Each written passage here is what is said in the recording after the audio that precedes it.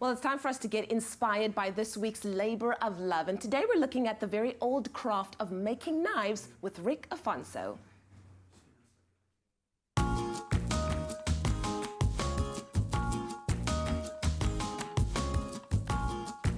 Just do it. I spent a lot of time procrastinating and got to the point where I just did it, and I'm still doing it.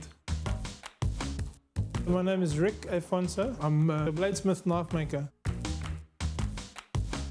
At every gun show, you'll always find the custom knife makers. And it was the first time I'd actually seen a handmade knife. It was completely different. It was sort of, this is a work of art, not just this utility tool that you use in the kitchen. The bug bit, I looked at it and I thought, one day I have to try this. About 7.5 years ago, I found a document online called The Cheapskate Way to Make a Knife. This document showed how buying a piece of knife steel and with the most basic of hand tools, a hacksaw, some files and a drill press, you could make a knife. From the moment I got it finished, the bug had bitten, that was it. So my design process starts out on paper. Usually when I'm doing the design, I'm drawing obviously the shape of the blade depending on the type of blade. If you're going to forge a blade, you would start out with a piece of high carbon steel. You cut a piece of the steel off the bar, then you light the forge, you heat the steel up in the forge, and then using a hammer and an anvil, you basically shape the form of the knife. Once it gets to a point where you've got the basic form, you then move to the grinder, and the rest of the process is you refine the bevels, so you start grinding them a little bit more. Until you've taken the bevels down pretty thin. Then you go through the hardening process. You would heat the blade up inside a kiln, either in a forge if you're a bladesmith, or an electric heat treat kiln to get to the right temperature. Take it out of the kiln and quench it, either in oil or using aluminium plates. Now the blade is hard. At that point you can then start working on the rest of it. This knife here has a guard.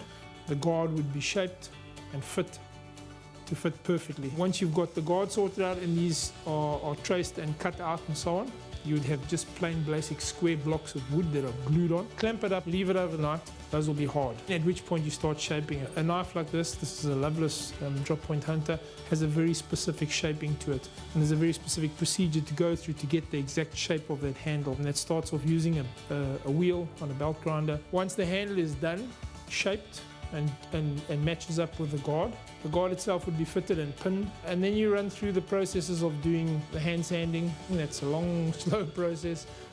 You wear away your fingertips sanding to get out the scratches. And then the handle itself would be sealed, oiled and so on, and that would finish the process of the knife itself. Most knife makers will supply the knife with a sheath, at which point you have a knife with a sheath and technically you have a finished product.